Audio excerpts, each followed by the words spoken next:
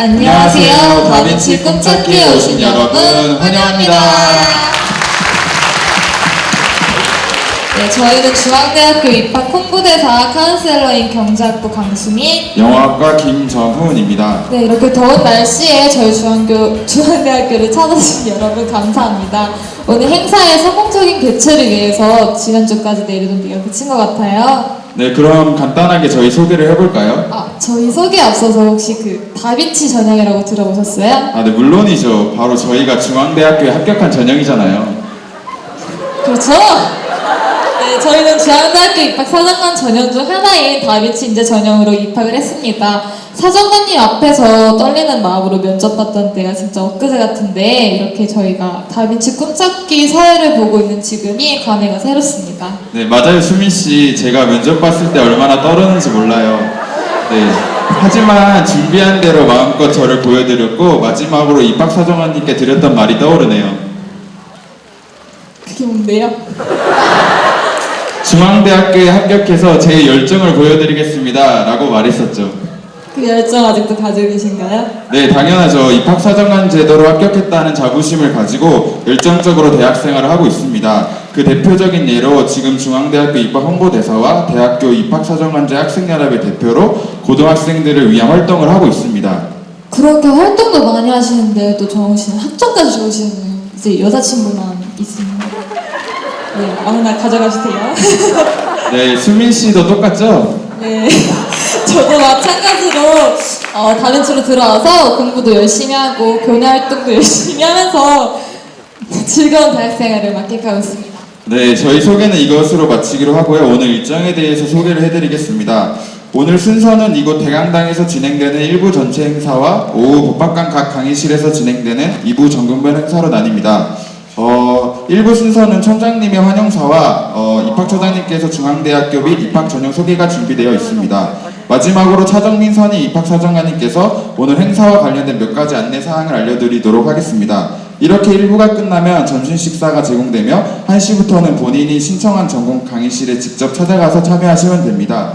3번의 강의와 상담이 끝나면 4시부터 각 전공 강의실에 상담 프로그램이 진행되고 이 자리에서 고3 학생들만을 대상으로 중앙대학교 입학 상담을 할 수 있도록 준비를 했습니다.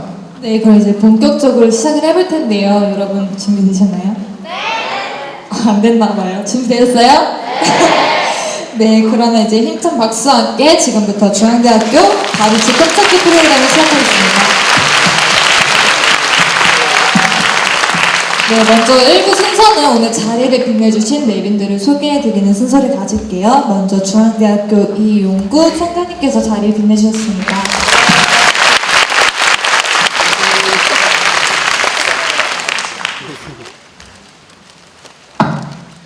네, 사회과학대학 박흥식 학장님 자리해 주셨습니다. 그 다음 중앙대학교 이상호 입학처장님 자리해주셨습니다. 다음 순서로 잠시 이용구 총장님께서 축하 말씀 드리고 시작을 할게요.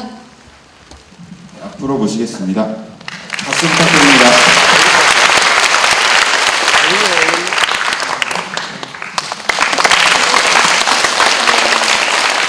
여러분 참 이렇게 만나게 돼서 반갑습니다. 고등학교 주로 몇 학년 학생들이세요? 2학년. 참 꿈 많은 나이죠, 그죠? 여러분의 꿈 많은 고등학교 2학년 학생들이 이렇게 많이 우리 중앙대학교를 그 날씨 더운데도 불구하고 찾아주셔서 정말 감사합니다. 여러분 그 다빈치 그 꿈나무 프로그램 또는 꿈찾기 프로그램 그리고 우리 학교의 다빈치 전형 이렇게 우리 학교에서는 다빈치라는 그러한 그 분을 자꾸 언급합니다. 다빈치형 인간이 어떤 인간일까요? 다빈치, 레오나르도 다빈치죠. 그죠? 그분은 어떠시죠? 뭐 미술가, 건축가, 뭐 물리학, 화학, 뭐 모든 과학자 그 모든 분야에서 뛰어난 역량을 가지신 그러한 분이었습니다. 그러면 왜 우리가 다빈치형 인간을 양성하려고 우리 중앙대학교에서 이런 프로그램을 운영할까요? 자, 이제 저도 이제 한갑이 넘었는데 살아오면서 보건데 우리가 그동안에 지난날에는 학문 분야가 많이 세분화가 되었습니다. 즉, 자연과학에서도 물리학, 수학, 화학 따로, 공대에서도 전기과, 전자과 다 따로, 또 사회과학에서도 경영학 따로, 경제학 따로, 또는 철학 따로, 사학 따로. 그런데 이제는 인간의 삶 자체가 통합, 통섭형 삶이 되었는데 그리고 또 융합, 모든 학문 체계가 융합이라는 용어로 통일되고 있습니다. 융합이라는 말을 영어로 말하면 여러분도 이제 배웠을 텐데 컨볼루션이라고 그러더라고요. 그래서 여러분들의 앞으로 살아야 될 세상은 그러한 통합적 인간이요. 공학을 해가면서도 인문학적 소양을 갖추고 인문학적 인문을 해가면서도 자연과학적 어떤 기초를 닦은 그러한 인간이 앞으로 이 세상을 살아갈 수가 있습니다. 왜냐하면 여러분이 가지고 있는 그 스마트폰 거기에는 꼭 공학적으로만 되는 게 아니라고요. 인문학적인, 심리학적인 그런 모든 요소가 반영돼서 그러한 하나의 제품이 탄생이 되는 겁니다. 그래서 우리 중앙대학교는 가장 고민하는 것이 우리 중앙대학교를 좋아서 정말 중앙대학교 오고 싶어가지고 밤낮으로 열심히 공부해서 진학한 이러한 이 꿈나무들을 우리가 어떤 인재로 양성해서 사회에 내보낼까, 이게 가장 큰 고민입니다. 그래서 여러분이 혹시 대학에 관심 있으면 좀 아직은 그런 관심이 없겠지만은 알겠지만은 우리 중앙대학은 상당히 많은 혁신적인 프로그램을 개발하고 또 시도하고 있어요. 이런 자랑을 왜 하느냐 하면은 대학 교수님들은 굉장히 고집이 센 분들이라 어떤 대학이라는 사회는 사회 변화가 저 앞에 나가 있는데도 그걸 따라서 또는 그걸 앞서서 개혁하고 변화하기가 매우 어려운 그런 조직입니다. 하지만 우리 중앙대학은 좀 제가 욕을 많이 먹는데 총장으로서 정말 우리 대학에 오는 학생들의 미래를 담보할 수 있는 미래의 어떤 내 중앙대학을 잘 다녔다, 이러한 자랑스러운 자긍심을 가질 수 있는 이런 학생들을 키우기 위해서 우리가 무엇을 어떻게 해야 되느냐. 그래서 이제 가장 한 가지만 말씀드리면 우리 대학에는 커리큘럼 인증원을 이제 작년에 만들었습니다. 다른 대학에 없는 거예요. 거기서 어떻게 하느냐면은 기본적으로 각각의 학문 단위가 우리 사회, 이 세계의 미래를 대비하고 있는가, 정말 커리큘럼이 제대로 가르치고 있나, 이거를 평가하고 그를 지도하고자 이러한 기관입니다. 대학에서 할 수가 없는 거예요. 왜냐하면 감히 교수가 강의하는 걸 누가 평가를 하고 누가 그걸 갖다가 되겨보고 또 그게 누가 가이드를 해준다? 그렇지만은 그것이 꼭 필요하기 때문에 세웠습니다. 또 좀 더 구체적으로 나가면 각각의 이제 교수님들이 강의를 하시는데, 대학에서 강의는 고등학교는 하고 유사한 점들은 약간 틀린 점이 뭐냐면은 한 학기 강의 계획을 주관적으로 다 세워서 그거를 갖다 진행해 나가야 됩니다. 그래서 학생들이 수강 신청할 때, 고등학교는 여러분이 이제 선택 과목이 별로 없잖아요. 대학에서는 이제 과목을 선택할 수가 있는데 학생들이 그러면 강의 계획서를 보고 나 이 강의를 들어야 되겠다, 난 저 강의 들어야 되겠다, 이렇게 선택을 하게 된다고. 그렇다 할 때 선택할 수 있는 기준이 강의 계획서인데 그걸 얼마나 성실하게 작성하나, 이것도 또한 평가에서 여러 가지 면에서 반영을 하고 또 그걸 잘 작성했도록 그런 지도라 그러긴 좀 어렵고 교수님들이니까 좀 우리가 가이드라인을 드리고 그렇습니다. 결론적으로 말씀드리면 우리 중앙대학은 정말로 학생들의 미래를 위해서 이 사회의 내일을 책임질 여러 젊은 학생들의 미래에 우리가 어떻게 해줘야 되는가, 이 고민을 어느 다른 대학보다도 더 하고 있다고 자신 있게 말씀드릴 수가 있어요. 그러한 제도를 하나하나 시행해 나갔더니 금년도에 정부 재정 지원 사업 큰 게 4가지가 있었습니다. 즉 뭐냐면 링크 사업이라 그래가지고 산학 협력을 얼마나 잘하고 있나, 잘할 것인가. 그리고 에이스 사업이라 그래서 학부 교육 프로그램을 얼마나 잘 운영하고 있나. 그리고 특성화 사업, CK 사업이라 하는데 그거에 해가지고 어떤 특수 학문 분야가 융합적으로 얼마나 좋은 프로그램을 가지고 있나. 또 나가서 고교육 정상화 지원 프로그램이라 해가지고 고등학생들이 얼마나 학교 수업을 성실하게 했을 때 이 대학에 들어올 수 있도록 그런 시스템을 잘 구축하나. 이런 4가지 국책 그 큰 사업이 있었는데 중앙대학교에서 4가지 사업을 다 수주했습니다. 굉장히 엄청난 경쟁률이었다고요. 그래서 어떤 신문에 보면은 사과나무를 했다고 나오고 어떤 신문에 보면은 그랜드슬램을 달성했다는데 여러분 그랜드슬램이 뭔지 아세요? 그 미국 그 PGA에서 메이저 대학을 다 그 석권할 때 그랜드슬램이라 그러죠. 정말 우리 중앙대학 여러분이 그 오늘보다는 어제보다는 오늘보다는 내일이 더 희망적인 그러한 대학입니다. 사실 우리 중앙대학 지금 많이 지금 그 부족한 면이 많이 있어요. 공간적으로도 그렇고 한데 여러분이 들어오게 되면은 저 옆에 여러분이 이 건물 나가서 저쪽에 보면은 우리가 엄청난 공사를 하고 있습니다. 지금 진행되고 있는 공사가 2가지인데 서울 캠퍼스에 우선은 기숙사가 약 한 400명 정도 지금 수용하고 있는 기숙사 시설이 돼 있는데 서울에 그런데 지금 한 1,300명, 400명 더 수용할 수 있는 공사를 거의 마무리 단계입니다. 금년 중에 기숙사가 완공이 됩니다. 그럼 내년서부터 학생들은 쾌적한 환경하에서 기숙사 생활을 할 수가 있어요. 정말 요즘에 짓는 기숙사는 다른 데도 마찬가지지만 초일입니다. 그리고 바로 옆에는 22,300평 정도 규모의 즉 단일 규모로 말하면 대학 우리나라 대학에서 가장 큰 건물이 되겠는데요. 그러한 좀 넓게 말하면 백균형기념관, 작게 말하면 경영경제관 그 건물을 지금 한참 공사를 하고 있습니다. 이 건물이 2016년 말에 완공이 될 예정입니다. 그러면은 우리 중앙대학의 어떤 교육 그 환경은 어느 대학 못지않게 물론 운동장은 좀 부족합니다. 이러한 것을 인프라를 갖추게 되고 교육 프로그램은 이미 우리나라에서 가장 선진 제도를 도입하고 있습니다. 이런 거를 여러 학생들한테 자신 있게 말씀드릴 수가 있어요. 여러분이 대학에 들어온다 하면 대부분 다 2016년이겠네요, 그죠? 그리고 얘기하면은 좀 더 그렇게 얘기하면 우리 학교는 2018년도에 개교 100주년을 맞이합니다. 그 개교 100주년 대비해가지고 정말 세계적인 명문 대학에 위해서 우리가 많은 프로그램을 하나하나 진행해가고 있어요. 여러분이 만약 들어온다면 여러분은 개교 100주년을 학생으로서 맞이하게 될 것입니다. 그렇잖아요? 여러분 공부 열심히 하셔가지고 우리 중앙대에 꼭 들어와서 저기 사회본 학생 어디 갔나? 근데 보니까 사회보는 내용이 매년 비슷해. 자, 우리 모처럼 중앙대학을 찾았으니까 한번 학교 잘 둘러보고 또 오늘 꿈찾기 프로그램이 있으니까 각각 요일별로 전공 분야가 다른 걸로 알고 있는데 각각의 관심 있는 전공 분야 교수님들을 만나가지고 어떻게 하면 내 꿈을 이룰 수 있나 이거에 대해서 좋은 시간 갖기를 바랍니다. 감사합니다.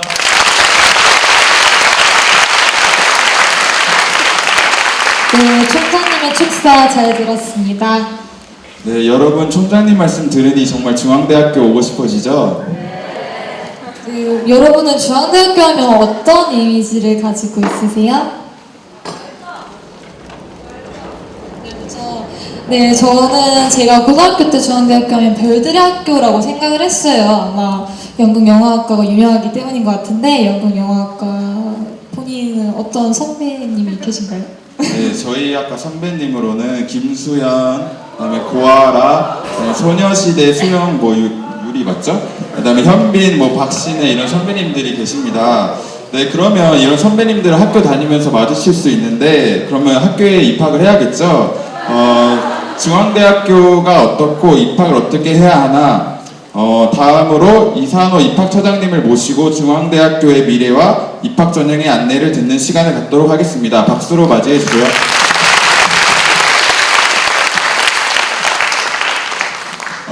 여러분 안녕하십니까? 중앙대학교 입학처장 이산호 교수입니다. 반갑습니다. 덥죠? 여러분들이 지금 덥죠라고 질문을 제가 하면 예 더워요라고 말하셔야 됩니다. 덥죠? 네. 그러면 제가 자켓을 벗고 하겠습니다. 총장님께서 제가 해야 할 말의 대부분을 하셨기 때문에 약간은 좀 머쓱하긴 한데 더운 날 멀리서 오셨죠?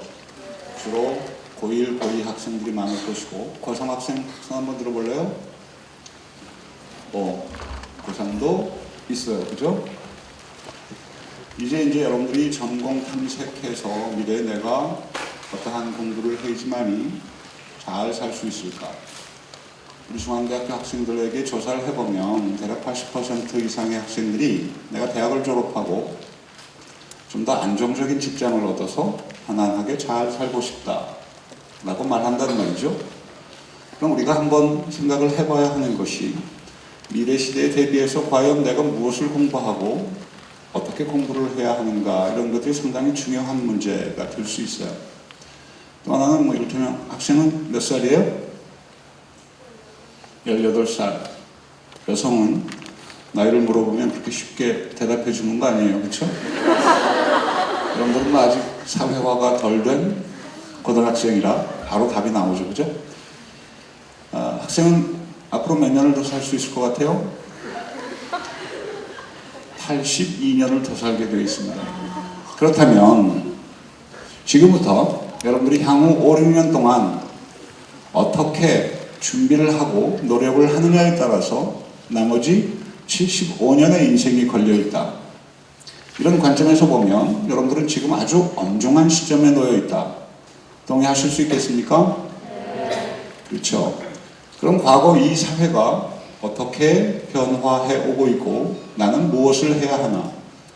공부 열심히 하십시오라고 하는 것은 약간 좀 피상적이고 그걸 좀 더 세분화해서 우리가 생각해 볼 필요가 있죠. 과거에 산업사회에서는 특정 분야의 전문 지식을 가지고 있으면 그런 사람이 곧 사회가 요구하는 인재와, 즉 인재상과 일치했다라는 거예요. 그래서 그 시대는 어떤 분야의 전문 지식을 갖추면 됐다. 그러나 지금은 더 이상 산업사회에 우리가 살고 있지 않습니다. 그렇죠? 통칭 우리가 뭐 지식 기반 사회라고 표현하기도 하고 21세기형이라고 표현하기도 하는데, 이 시대에 요구되는 덕목은 특정 분야의 전문 지식의 문제가 아니라 다양한 분야의 지식들을 점장님 말씀하신 것처럼 어떻게 통섭을 해서 새로운 가치를 만들어낼 수 있느냐가 더 중요하다는 거예요. 그렇다면 우리가 중앙대학교 학생들에게 가르쳐야 하는 것은 뭐냐면, 첫 번째 중요한 덕목은 21세기형 언어를 가르쳐야 한다. 그 21세기형 언어가 컴퓨터 언어입니다. 인문 자연을 망라하고 사회계를 망라하고 전부 모든 학생들이 소프트웨어를 공부할 수 있어야 한다는 것이고요. 또 하나 두 번째는 다양한 분야의 지식을 통섭할 수 있는 지혜를 가르쳐야 한다는 것이죠. 그래서 컴퓨터 언어를 여러분들은 배우셔야 하고 또 지혜를 배우셔야 한다는 거예요. 그래서 다가올 시대에는 다양한 분야의 지식을 통섭을 해서 새로운 가치를 만들어내야지만이 그것이 곧 사회가 요구하는 인재가 될 수 있다는 거예요. 우선 뭐 여러분들이 장래 계획을 가지고 있기도 하고, 또한 당면 과제로서 대학에 입학하는 문제가 지금 걸려있죠. 그렇죠? 대학 입학하는 문제도 막연하게 열심히 공부하자. 이래서는 목적 달성하는 것이 그렇게 쉽지가 않다라는 거예요. 고1이든 고2든 고3이든, 고3은 좀 시간이 별로 남지 않았어요. 그렇긴 하지만 지금부터 여러분들이 논리적으로 공부를 해야 한다. 논리적이라는 말은 무슨 말이냐면, 여기서 대상이란 공부입니다. 혹은 대학 입학이겠죠. 대상을 분류하고 순서를 정하는 것이 논리적인 것이다라는 거예요. 그래서 낱낱이 대학 입시를, 공부를 분류해 봐야 하는 것이죠.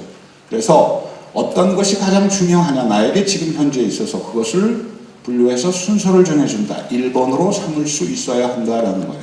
그래서 막연하게 공부를 열심히 하자가 아니라 미래에 내가 어떠한 분야에서 학문을 탐구하고 싶은가, 이걸 결정하셔야 되고, 우선은 두 번째는 그러한 학문 단위가 설치되어 있는 대학 중에서 내가 선호하는 대학이 어떤 대학인가를 결정하셔야 되고, 각각 대학마다 다양한 유형의 전형이 있습니다. 그 전형 중에서 나에게 유리한 전형이 무엇일까를 낱낱이 다 분류해 놓고, 그 중에서 뭐 계산해보면 대략 10가지 정도의 경우의 수가 나오겠죠. 그렇죠? 그 중에서 가장 유리한 것이 무엇이냐, 그것을 1번으로 삼고 두 번째가 2번으로 삼고, 이렇게 그 경우의 수를 순서를 정해주고 도전을 하셔야 한다는 거예요. 공부하는 것도 막연히 열심히 공부하자가 아니라 나에게 지금 내가 부족한 부분, 내가 좀 더 노력하면 좀 더 멀리 좋은 점수를 얻을 수 있는 것, 이런 것들을 분류를 해서 이제 순서를 정해놓고 공부를 하셔야 한다는 것이죠. 그래서 여러분들이 논리적으로 학문이라고 하는 것 자체가 논리적이기 때문에 논리적이라고 하는 것은 분류하고 순서를 정하는 것이다 라고 하는 것을 꼭 생각하시고 열심히 공부를 하셔야 되겠죠. 제가 중앙대학교 청장에 대해서 총장님께서 말씀은 하셨지만 저도 준비한 게 있으니까 길지 않게 짧게 얘기를 시작하도록 하겠습니다. 그리고 후반부에서는 대입 전형에 대해서 설명을 드리도록 하겠습니다. 두 번의 개교라고 하는 것은 총장님 말씀하신 것처럼 중앙대학교가 1918년도에 개교를 했고요. 2008년도가 되던 해에 저희들이 90주년이 되던 해였죠. 90년은 나름 우리가 잘 살아왔는데 향후 100년을 중앙대학이 잘 살 수 있을까 고민했을 때 결론은 비관적으로 나왔죠. 그래서 2008년도에 중앙대학은 두산그룹을 재단으로 영입하지 않을 수 없었습니다. 그래서 6년 동안 두산에서 중앙대학교를 운영을 하고 있습니다. 그 기간 동안에 많은 재원을 투자해서 교육 인프라 구축을 위해서 노력을 해오고 있습니다.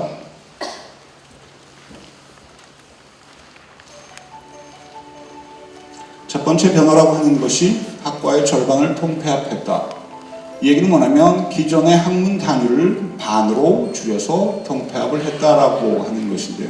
이건 뭐냐면 미래의 시대의 환경에 대비하기 위해서 중앙대학교는 선제적으로 구조조정을 완료한 것입니다. 말씀드린 것처럼 과거의 학문 단위가 어떤 학문 단위는 사라질 수도 있는 것이고 미래 시대에 대비하기 위해서 새로운 학문 단위가 또 만들어져야 하는 것은 당연하죠. 그래서 저희들은 바로 그러한 유연성을 구조조정을 통해서 갖추었기 때문에 매년 새로운 미래 시대를 대비할 수 있는 새로운 학문 단위들을 만들어갈 수 있었던 것이고요. 2015학년도에는 두 개의 학문 단위를 저희들이 창설을 했는데 하나가 소프트웨어고요. 또 하나가 산업보안학과입니다. 그래서 미래 시대에 걸맞는 잘 어울릴 수 있는 그런 학문 단위들을 지속적으로 만들어 나갈 수 있도록 사실은 유연성을 갖추어 놓았다라고 여러분들이 이해하시면 되겠고요. 그래서 이러한 새로운 학문 단위들을 매년 지속적으로 만들어 나가고 있다. 또한 중앙대학이 안성과 서울 이곳에 두 개의 캠퍼스를 운영하고 있습니다. 그러나 최초로 본 분교를 통합을 해 놓았기 때문에 자유롭게 학생들이 이동을 할 수가 있고요. 안성에 있던 일부 학과는 서울로 이전을 완료한 상태입니다. 총장님 말씀하셨듯이 잘 가르치는 대학을 만들어 보자. 그래서 각종 제도를 통해서 정말 잘 가르치는 대학을 만들어 보자라고 하는 것이 경영진이 확고한 의지고요. 대신 학생들도 정말로 열심히 공부를 해야 한다는 거예요. 여러분 대학 가면 주로 남학생들이 많이 해당이 될 텐데 대학 입학하면 뭐예요? 술 마시기 시작하죠, 그죠? 친구들하고 놀러 가고 당구도 배워야죠, 그렇죠? 할 일이 많아요. 씩씩하게 1년을 놀면 1년 후에 가슴에 영광의 배지가 하나 붙어요. 학사병고죠, 그렇죠? 그러면 그 배지를 가슴에 달고 당당하게 군대로 갑니다. 군대는 영원히 있을 수 없죠. 2년 만에 제대를 하고 다시 학교로 돌아와야 돼요. 그럼 3년을 놀았는데 따라잡기가 얼마나 어렵겠어요. 복학생들 보면 그래서 안쓰럽죠. 그런데 지금 대학은 그렇지 않습니다. 특히 중앙대학은 놀면 졸업을 못할지도 몰라요. 즉 학점을 아주 짜게 주고 학생들도 우리가 정말 잘 가르치는 대학을 만들어 보기 위해서 노력하는 것처럼 학생들 역시 정말 열심히 공부를 해야 한다. 그렇지 않으면 졸업을 못할 수도 있다는 거죠. 그래서 대한민국의 입학은 곧 졸업이다라는 등식이 대학엔 성립이 되어 왔어요. 너라도 졸업은 다 했죠. 그러나 요즘은 그렇지 않다. 그래서 여러분들도 열심히 공부를 하셔야 한다는 것이고요. 아무래도 두산에서 중앙대학을 운영하고 있기 때문에 두산과 활발하게 산학 연계 활동을 펼치고 있다라고 하는 것도 말씀을 드리겠고요. 그동안 3천억 이상의 자금을 중앙대학에 투자해서 교육 인프라 구축을 위해서 노력을 해왔습니다. 남학생들 축구 좋아해요? 좋아하죠? 중앙대학에 입학하기 위해서는 취미를 축구에서 농구로 바꿔야 합니다. 공 찰 곳이 없어요. 대운동장이 있었죠. 축구장도 있었습니다. 거기에 3만 평이 넘는 건물을 지금 쌓아 올리고 있습니다. 2006년도에 완공이 되죠. 그 전까지는 공을 찰 수 없다. 건물이 완공이 되면 옥상에 축구장을 만들어 줄 겁니다. 그래서 농구로 바꾸시거나 여기서 뛰어가면 한강변 10분이면 뛰어갈 수 있습니다. 한강변에서 공을 차는 방법도 있죠. 궁극적으로 공 차다 대학 오는 건 아니죠. 그렇죠? 잠깐 영상을 한번 보시기 바랍니다.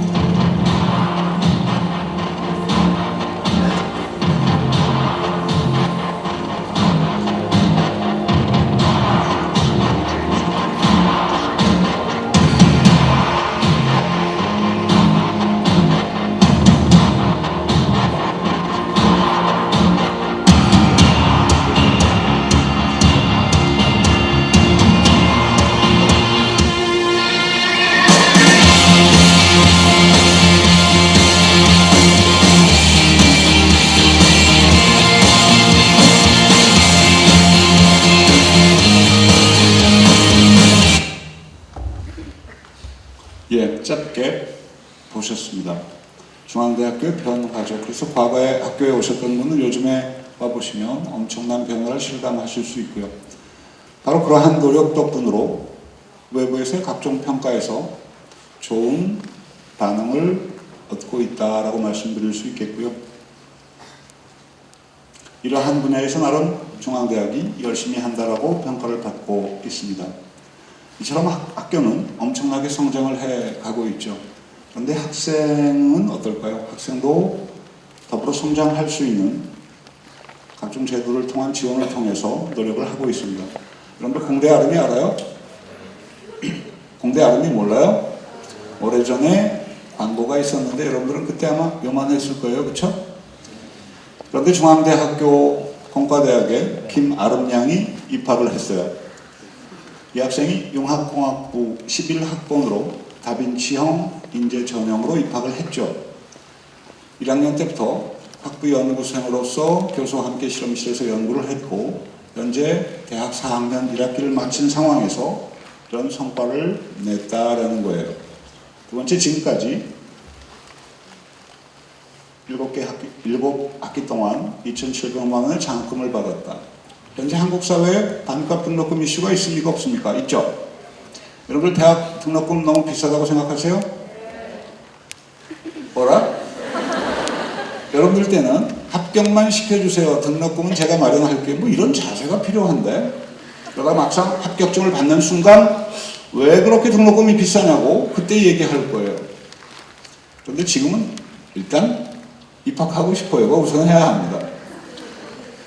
어쨌든 뭐 반값 등록금 이슈가 여전히 남아있고 바로 그 반값 등록금을 실현하기 위해서 수많은 대학생들이 서울시청 앞에서 촛불 시위를 해왔어요. 그렇죠? 그런데 문제는 뭐냐면 중앙대학교에서는 어떤 면에서 이미 반값 등록금이 실현이 되어 있다. 여러분들이 해야 하는 것은 시청 앞에서 촛불 시위가 아니라 도서관에서 공부를 하는 것이다. 공부를 한다면 보시는 것처럼 반값 등록금은 실현이 될 수 있다. 결국에 여러분들이 해야 되는 건 뭐예요?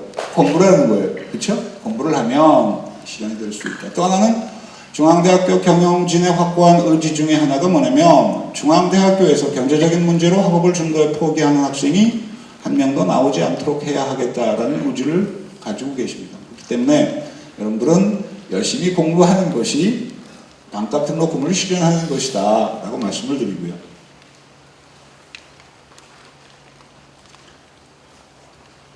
뭐 이런 자료들이 나오는데요. 보시면 각종 제도들을 통해서 우리 학생들의 요구가 좋은 안정된 직장에서 편안하게 살고 싶다라는 것이라면 학교는 당연히 학생들의 그러한 요구에 응해줘야 하는 것이죠. 그래서 이러한 준비반을 만들어서 학생들이 전념해서 공부를 해서 목표를 실현할 수 있도록 도와주고 있습니다. 그래서 보면 CPA에서 1차에서 117명이 합격을 했고 얼마 전 발표한 행시 1차에서 108명이 합격을 했다. 그래서 우리가 지원하는 것만큼 아웃풋은 학생들이 분명히 낼 수 있을 것이다 라고 저는 확신을 하고요. 제가 강단에서 강의를 해보면 2009년도부터 갑자기 우리 아이들이 똑똑해지기 시작했어요. 그 아이들이 본격적으로 졸업하는 내년이 되면 지금 우리가 말하고 있는 이것보다는 훨씬 더 좋은 아웃풋을 낼 수 있을 것이다 라고 저는 생각을 합니다. 그래서 뭐 이건 조금 전에 총대표께서 제가 할 얘기를 다 해버리셨어요. 여기서 좀 힘을 내서야 하는 건데 다시 요약된 것이고요. 짧게 제가 중앙대학교에 대해서 우리가 이러한 비전을 가지고 있습니다 라고 설명을 드렸는데 전혀 중앙대학교를 자랑하는 것처럼 느끼지 않으셨죠? 그렇죠? 그렇죠? 뭐 당연히 뭐 아마 여러분들은 중앙대학이 참 좋은 대학이다 다 알고 계십니까? 대답 보세요. 뭐 대충 저도 우물쭈물하다 내려갈까요? 그래서 자랑하는 거 그만하고 이제 입시에 대해서 얘기를 할게요. 말씀드린 것처럼 여러분들은 지금부터 논리적으로 입시를 분류하고 순서를 정해서 대비를 하셔야 한다라는 거예요. 그래서 제가 말씀드린 걸 꼭 염두에 두시고요. 입시에서 커다란 변화가 올해 일어났습니다. 올해는 대입 전형의 간소화, 공교육 정상화의 원년이다라고 교육부에서 말을 하고 있죠. 대입 전형 간소화를 요약해보면 뭐 이런 정도로 요약을 할 수 있을 것 같아요. 대한민국에 대학 가는 방법이 3,600가지랍니다. 엄청나죠, 그렇죠? 근데 이런 계산은 어디서 나오냐면 한 대학마다 10개의 전형이 있다면 대한민국에 360개의 대학이 있다. 곱하기 하면 3,600. 이런 계산법이 어디 있습니까? 그렇죠? 그런데 입시에 관심을 가지고 1시간만 공부하면 대한민국에서 대학 갈 수 있는 방법은 10가지 정도밖에 되지 않습니다. 학생부를 30% 반영하는지 40% 반영하는지 55% 반영하는지 무슨 차이가 있겠어요? 동일한 전형이다라고 생각하시면 10가지 정도밖에 되지 않습니다. 여러분들도 그 10가지를 전부 다 파악하고 대비를 하셔야 되겠죠. 고등학교 1학년, 2학년 학생들을 위해서 향후에 대입제도가 어떻게 변화할까? 입학사정관제가 폐지될까요? 폐지되지 않을 겁니다. 그런데 한 1년 전에는 폐지된다는 흉흉한 소문이 돌았죠. 결국에 폐지되지 않았습니다. 제 생각할 때는 학생부 종합형이라고 명칭이 변경될 겁니다. 다빈치 전형도 학생부 종합으로 저희들이 명칭을 변경했습니다. 문제는 뭐냐면 수시에서의 비중과 선발 인원은 지속적으로 증가할 수밖에 없을 것이다. 향후 3년 동안. 왜 그런 예견을 제가 해볼 수 있냐면 VIP가 말하기를 우리 학생들의 꿈과 끼를 반영할 수 있는 전형을 만들어라. 우리 고등학생들의 꿈과 끼를 논술로 한번 반영을 해볼까요? 수능으로 반영해볼까요? 불가능하다는 얘기예요. 그렇다면 지금 정권이 3년 반이 남았어요. 그러면 여러분들의 꿈과 끼를 반영할 수 있는 유일한 전형은 바로 학생부 종합전형이 될 것이고 학생부 전형이 될 것이고 바로 그 전형을 실시하는 분들은 입학사정관 선생님들이시고 그래서 입학사정관제는 폐지되지 않을 것이다 라고 생각을 합니다. 그리고 비중이 점차 증가하기 때문에 수시에서 가장 중요한 전형이 될 것이다 라고 생각을 하고요. 논술은 폐지될까요? 폐지가 되진 않을 겁니다. 인원은 어느 정도 아주 조금씩 축소는 해나갈 수밖에 없는 상황이에요. 그러나 어떤 대학도 전체 인원의 70%를 수시에서 선발한다면 그 70%를 전부 학생부로 선발하기에는 엄청난 부담이 있다는 것이죠. 그래서 논술 전형을 활용할 것이다. 그래서 논술은 폐지되지 않고 점진적으로 축소가 되지만 여전히 살아남아서 중요한 전형이 될 것이다 라고 얘기를 해볼 수 있겠습니다. 특기자 전형은 폐지가 되나요? 중앙대학은 2015학년도 즉 올해를 마지막으로 더 이상 특기자 전형을 시행하지 않습니다. 여기서 특기자라고 하는 것은 영어와 제2 외국어 특기자 혹은 수학, 과학 특기자를 의미합니다. 이것은 정부에서 대학별 고사를 가능하면 보지 말아라 라고 하는 권유가 있었기 때문에 중앙대학도 역시 교육기관으로서 공적 의무가 있는 것이죠. 그래서 정부 정책에 동조하기 위해서 폐지를 했다. 대부분의 많은 대학들이 폐지를 할 것이고 몇몇 대학은 여전히 남아있겠지만 그 인원은 그렇게 많지 않을 것이다 라고 생각을 하시면 될 것 같습니다. 수능 최저 학력 기준은 정말 완화가 되나요? 엄청나게 완화가 됐죠. 그래서 학력 기준으로 100분위를 사용하지 않는다. 즉 등급만을 사용한다. 등급도 상당히 완화가 됐다. 우선 선발은 폐지가 됐다. 인문계의 자연계의 학생? 인문계면 4개 영역 중에서 3개 영역의 등급의 합이 6이다. 간단하죠. 왼손으로 답안지를 써도 그건 맞출 수 있어요. 저 학생을 보면 공부 잘하게 생겼잖아요. 저 학생은 수능을 보다가 졸다 깜짝 놀라서 일어나서 답을 써도 맞출 수 있다. 이 얘기는 뭐냐면 여러분들은 지금 그런 정도의 자신감을 가지고 공부를 하셔야 됩니다. 해도 될까? 이런 생각으로 절대 안 돼요. 제가 단언컨대 하면 됩니다. 문제는 안 하기 때문인 것이죠. 그렇죠? 그래서 인문계열의 경우에는 합이 6이고 자연계열의 경우에는 2개의 영역에서 2등급 2개를 맞으면 돼요.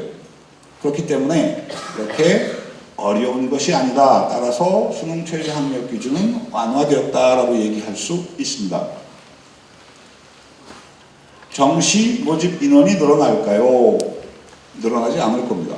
왜냐하면 대학 입시라고 하는 것이 중앙대학이 독자적으로 만들어서 난 그냥 이렇게 할래 라고 되는 것이 아니라 수많은 대학과 연계해서 전형을 설계해야 하는 문제가 있어요.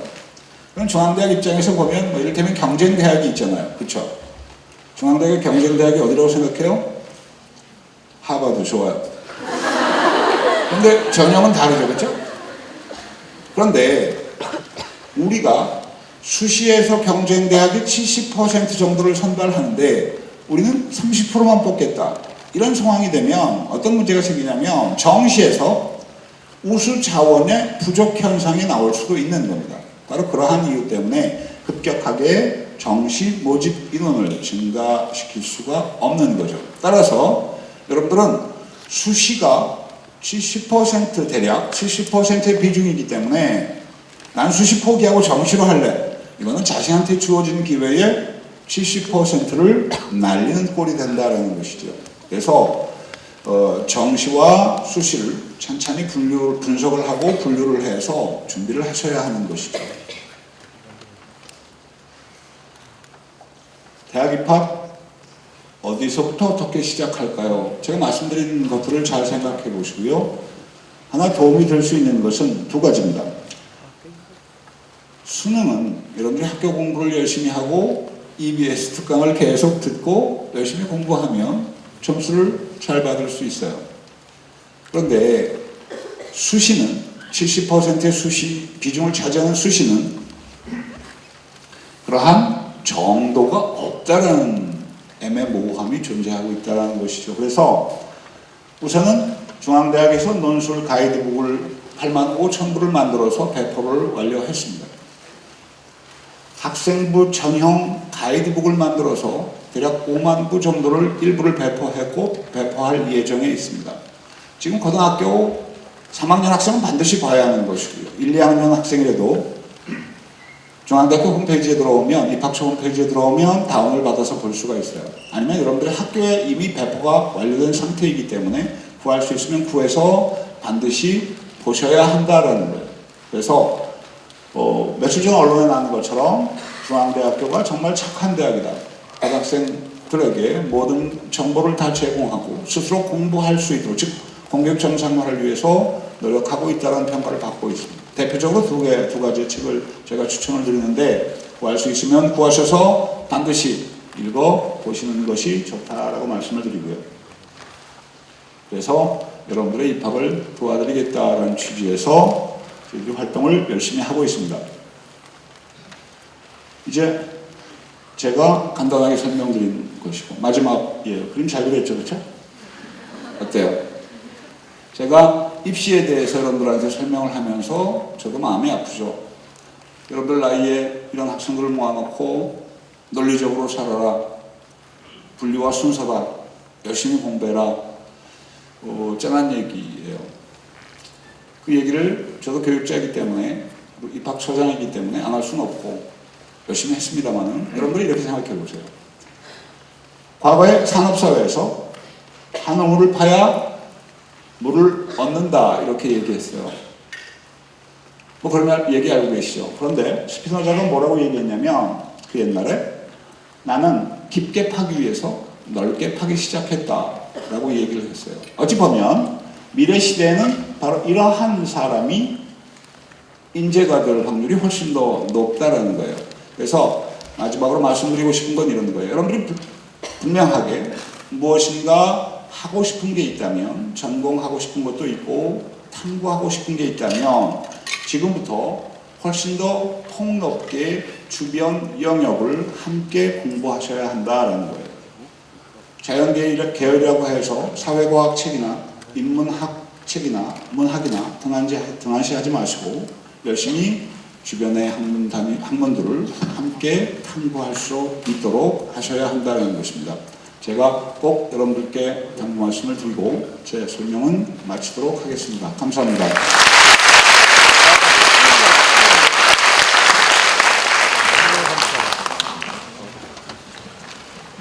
네, 입학처장님의 알찬 소개가 여러분들이 중앙대학교에 입학하는 데 큰 도움을 주셨던 것 같습니다. 다시 한번 박수 부탁드릴게요.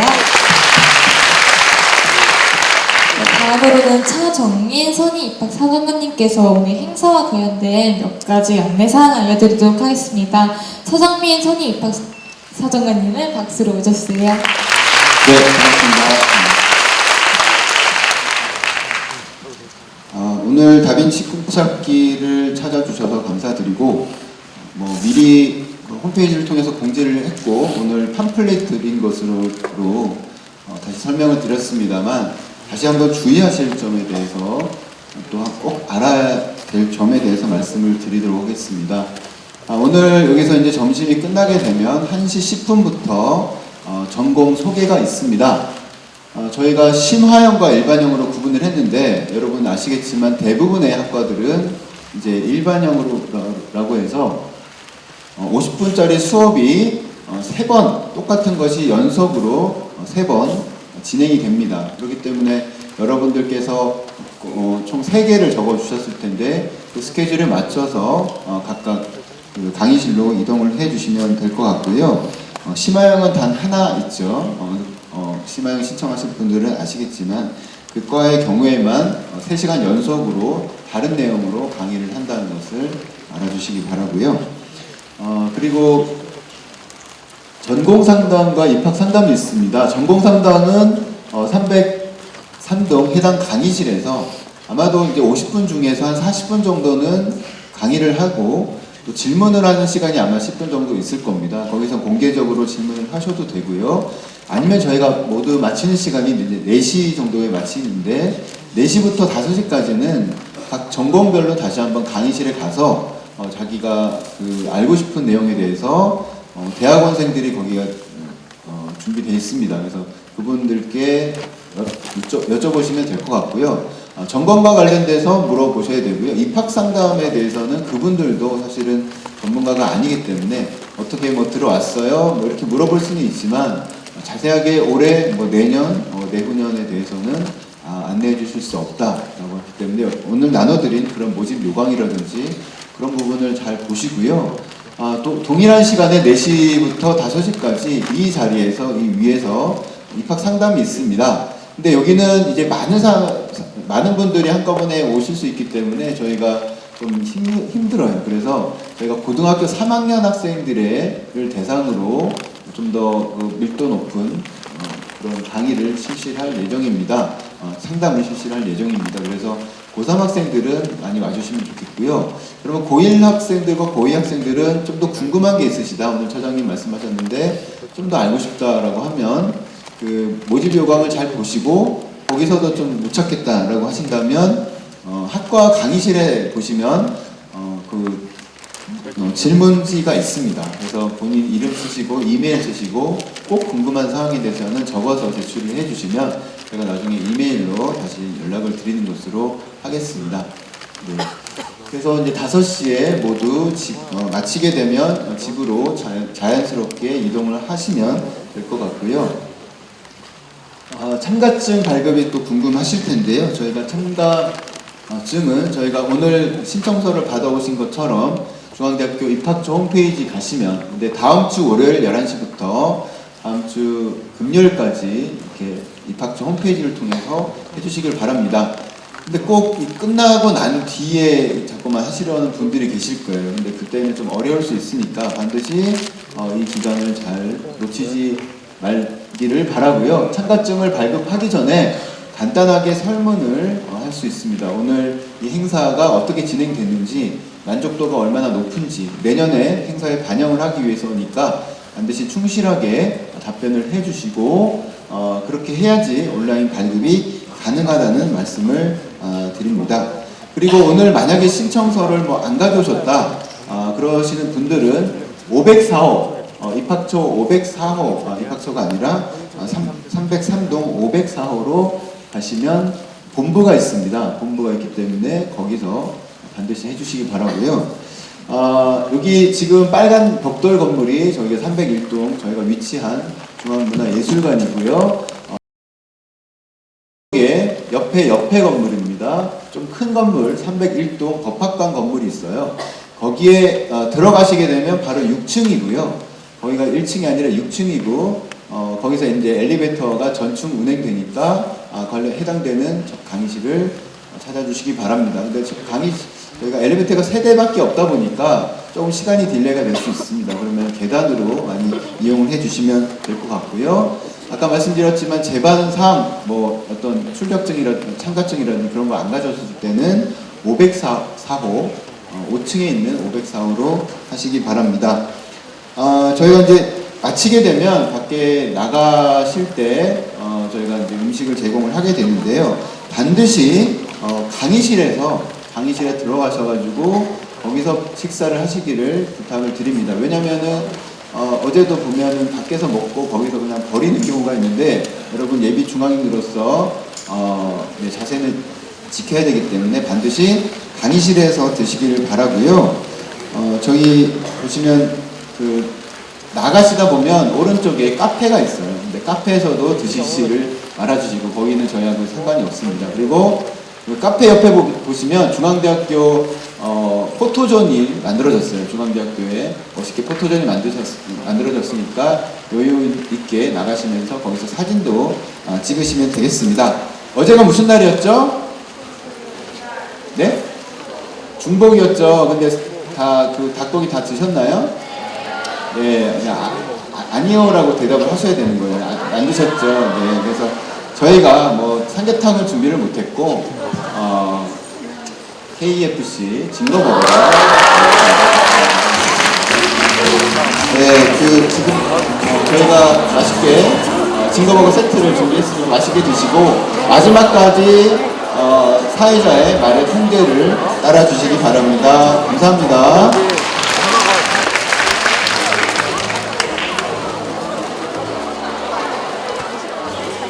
이상으로 1부 마치도록 하겠습니다. 네, 여러분 벌써 저희가 헤어질 시간이 되었습니다. 정말 아쉬워요. 네, 대학 입시를 앞두고 계신 우리 고등학생 여러분, 앞으로 마주할 미래에 대해서 설렘도 있고 또 두려움도 있으실 텐데요. 네, 마지막으로 입학사정관 제도에 먼저 합격한 선배로서 조언을 남겨드리고 떠나려고 합니다.